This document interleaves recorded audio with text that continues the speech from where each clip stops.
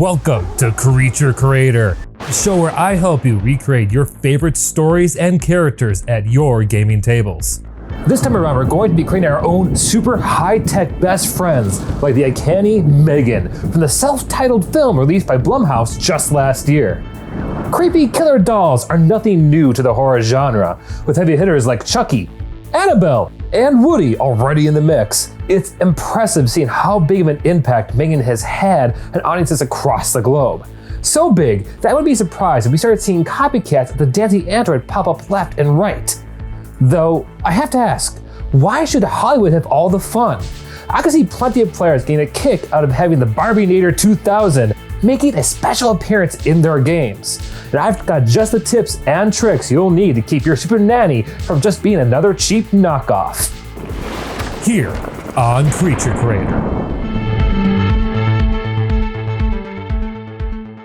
Hello there! I'm Flitworth, and before we get into the nitty-gritty of today's episode, the first thing I need to make absolutely clear is that the story of M3GAN is a sci-fi drama first and a slasher thriller second. That's right, we're going to be contending with a slow burn of a story today. But don't worry, this doesn't mean you're going to have to wait forever to truly unleash some bot-fueled terror. It's just that I wanted to make it clear here and now that the more time you put into developing your narrative and characters, the greater payoff your recreation will have later on in the second half. That is, unless you just want to do a quick parody fight. Then by all means, have your players stumble upon your M3GAN going full rampage on their creator. Just pick your favorite construct stat block, make it look like a doll, and boom, you're good to go. Otherwise, you'll want to start off by deciding who will be the eternally challenged engineer in your game. Or better put, who will be the Gemma at the heart of your tale. Because behind every great rampaging science fair project lies a mad scientist who fucked around and found out. And poor Gemma is not much different. While she may not be trying to play God like Dr. Frankenstein, Gemma still essentially invented artificial intelligence, not for the advancement of science, mind you, no, but for a toy. A toy meant to parent her recently orphaned niece Katie, no less. Your scientists were so preoccupied with whether or not they could, they didn't stop to think if they should. To Gemma's credit, she does realize the level of her neglect and does take action to rectify it. But despite that personal growth though, her past failures still form a major part in M3GAN's journey into becoming a villain, which is why you'll want to take some extra care when choosing who will be the creator of your android. On paper, picking a player character would make for the perfect choice. I mean, with all the adventuring in their life, raising someone on the side would be difficult, which would give you the perfect window to introduce a M3GAN-like character.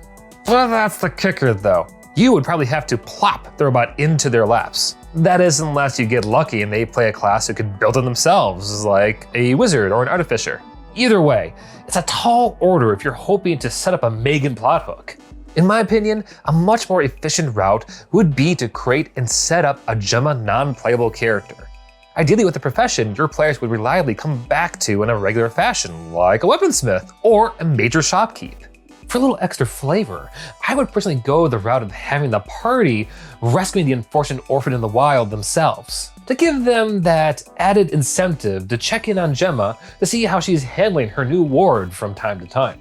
It's your choice how much you let the party in on the family's growth, although I wouldn't be surprised if all the family drama ends up being a side plot, which will honestly be to your benefit. Some of the best long-running games need a few side quests here and there to flesh out the world. And you could ask for a better plot to thread along your main adventure than the sci-fi thriller featured in M3GAN. Going the B-plot route also comes with the added benefit of simplifying down the storyline into a series of little scenes that would require, honestly, very little setup on your part. Personally, I would break this down into a series of 5 side quests. The first, how your party gets introduced to your Gemma and their charge, I've already gone over. So let's move on to the next step of helping your inventors finding the spark that causes them to make the toy in the first place. Sure, it would be easy enough to simply say your inventor got the idea to build the ultimate toy on their own, but wouldn't you agree it would be so much more engaging for your players to be the ones that gives them that idea in the first place? And there'd be so many ways to do it too. Like, your players could stumble upon some old schematics, get into a fight with another construct, or maybe even pick up some sort of fantasy Furby from the next town over. It doesn't really matter what the inciting event is, just as long as they have something to bring back to your Gemma later, even if it is just some casual conversation. With your mad scientist fully motivated now, we are on to your next mission. Prototype development. M3GAN wasn't made in a day after all, and neither should your android. This is where you can have a little bit more fun with your players by having your Gemma ask for their help in bringing their invention to life. Think of all the potential fetch quests for parts, experimental stress tests, or role-playable moments helping pick out the right look for your M3GAN. Naturally, don't overimpose on your players. These story beats are meant to just be a break for your main adventure. What's more important is to make the creation of your android feel, well, believable and earned.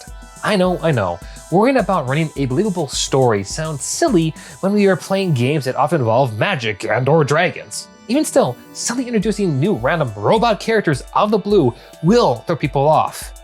Back me up, Crow. Oh, absolutely, Flintworth. This will also provide the precious time you'll need to develop the relationship between your Gemma and Katie more, or rather, the lack of it at this point in your story. Because despite your inventor legitimately caring about their new kid, their efforts to build them the perfect toy is really an act of your Gemma avoiding the responsibilities of being a good parent. I'm not saying you need to make your scientist be an absolute asshole to the kid. Rather, you just need to create this air of awkwardness between the two. Play up the fact that your Katie's experiencing a lot of uncomfortable emotions that your Gemma just doesn't know how to address or really where to even begin. I cannot stress enough how important it is to set up this communication breakdown. Not just for its importance to the themes of your story, but also for the part they play in M3GAN's fall into villainy. Speaking of which, you should take some extra care when it comes to describing your super toy's appearance. While yes, you need to acknowledge its uncanniness from time to time, your M3GAN still needs to have some style, some pizzazz. They need to appeal to kids, after all. So make sure to play up its fashion sense or special features. Design it so that your Katie would find it to be the coolest thing ever. You'll know if you've hit the sweet spot if even your players begin to find themselves adoring the doll. Naturally, these positive perceptions can and should change over time, as you'll need to cast doubt on your M3GAN by making it gradually apparent that your kid isn't playing with just some toy, but a highly advanced machine. One that is constantly trying to find ways to improve itself to be a more efficient caregiver and protector for your Katie. Your players, or even your scientist, may try to do what they can to curb the doll from going down the wrong path.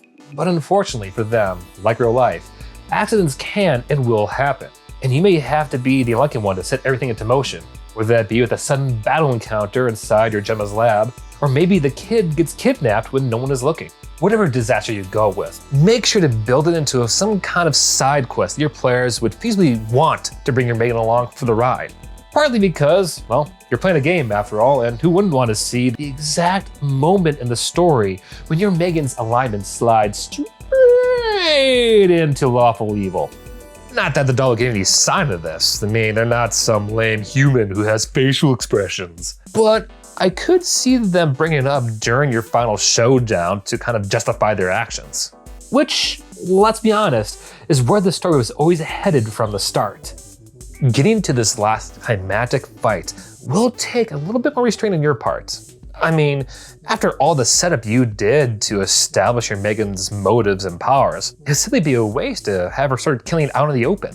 What you can and should do instead is slowly build up her kill count in the shadows. A few dead animals here, a couple of bullies caught in an unfortunate accident there, all random acts of violence with no real clues to whomever committed them.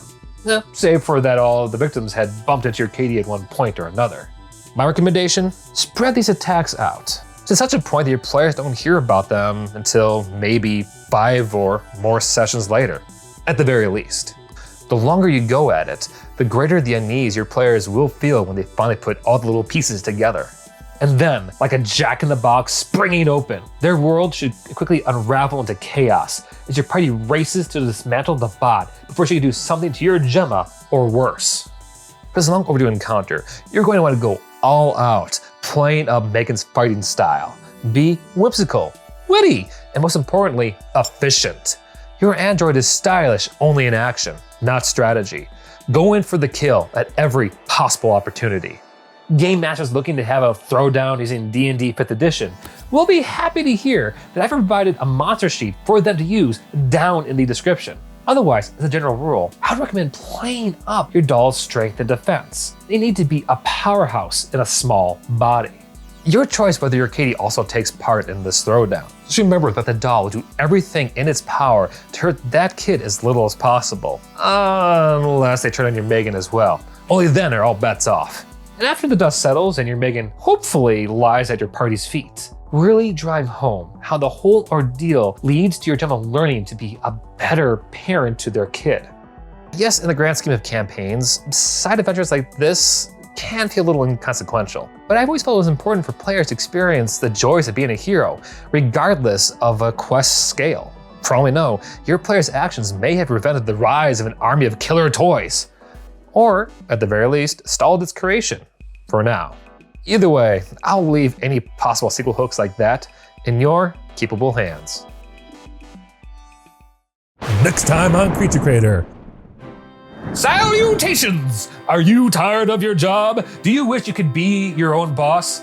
Boy, do we have just the business opportunity for you. Fazbear Entertainment is pleased to announce we are currently looking for hardworking entrepreneurs to help start up new pizzerias across the nation, where you get to choose the games, decorations, and fuzzy entertainers to build the happiest place to party in town. Don't delay, apply today. We know you won't regret becoming a part of the Fazbear family. Hey, thank you so much for watching today. I appreciate you hanging out till the end. It means a lot to me. I'm looking forward to, trying to wrap up the Freddy franchise over this summer. Don't forget, please like, subscribe, comment, and I guess hit that little bell on the side so you know when my new stuff comes out so you can see me and come say hi. Please do. I love you all. And if you don't, no worries. You're awesome, and I appreciate your support either way.